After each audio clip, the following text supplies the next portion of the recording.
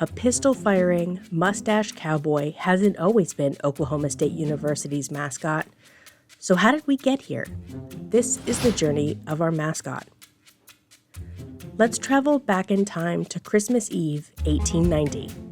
The territorial governor, George Steele, established the land-grant University of Oklahoma Agricultural and Mechanical College, OAMC. Classes began in 1891 and didn't have a dedicated classroom building, much less a logo or a mascot. So what happened in 1899 that led to the university getting a mascot?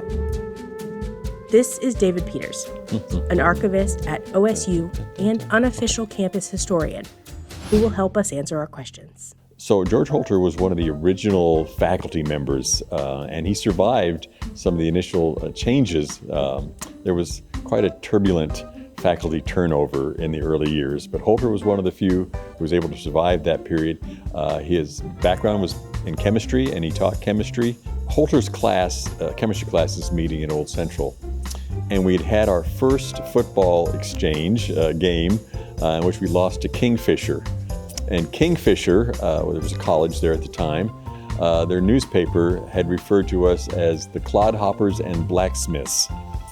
This was not really the moniker that the football team or the university wanted to have to be referred to as, even though we were A&M, but they wanted something a little more sophisticated, perhaps, than that. It was in this chemistry class that students and Holter decided to take inspiration from Princeton.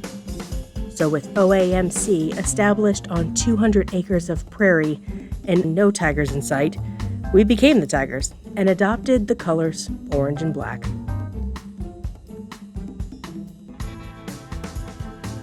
What's happening in 1924 is we're joining a new athletic conference where there already are Tigers and Wildcats. And so there's a real impetus to begin exploring what other options there are. Buffalo, mountain lions, cougars, waddies, pokes, sheriffs, marshals, and outlaws were all in the running to replace the tiger as a mascot. Eventually, the university would settle on the Aggies, similar to other land-grant colleges in the region. While some surrounding states used Oklahoma Aggies to identify OAMC folks, at the same time, sports teams were being referred to as the Cowboys because of their hats and boots. Truly, it's not that big of a leap from Aggies to Cowboys, if you think about it. Frank Eden was such a presence on campus beginning in the 20s and 30s. Here's an old cowboy who lives in Perkins, Oklahoma. Still liked to ride his horse. He'd appear in parades and other events, he and his friends.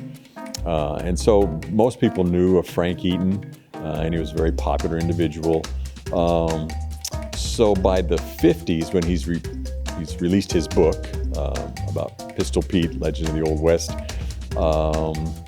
there's a real interest in Pete as a character, and there'd been caricatures of Pete drawn beginning in the 1920s that were used as different labels on things, or you could buy, merchandise with this caricature of Frank Eaton or Pistol Pete on them.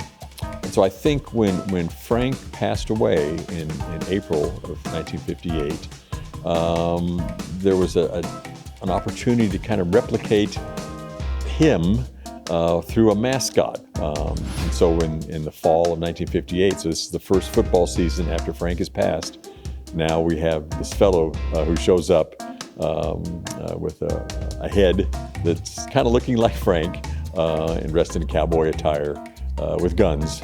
And Frank always traveled with his revolvers. The original design of Pistol Pete at first was a bit frightening. When it first starts off, the fellow's wearing cowboy boots and jeans and maybe kind of a checkered shirt with a leather vest and maybe a holster with a gun in it. It was pretty basic. And then the head was made out of paper mache, and so that's pretty rough. And I'm not sure what the frame within the head, whether it was just wood and chicken wire, I'm not sure what it was. But it was apparently very heavy, very hot, very uncomfortable, and very rough.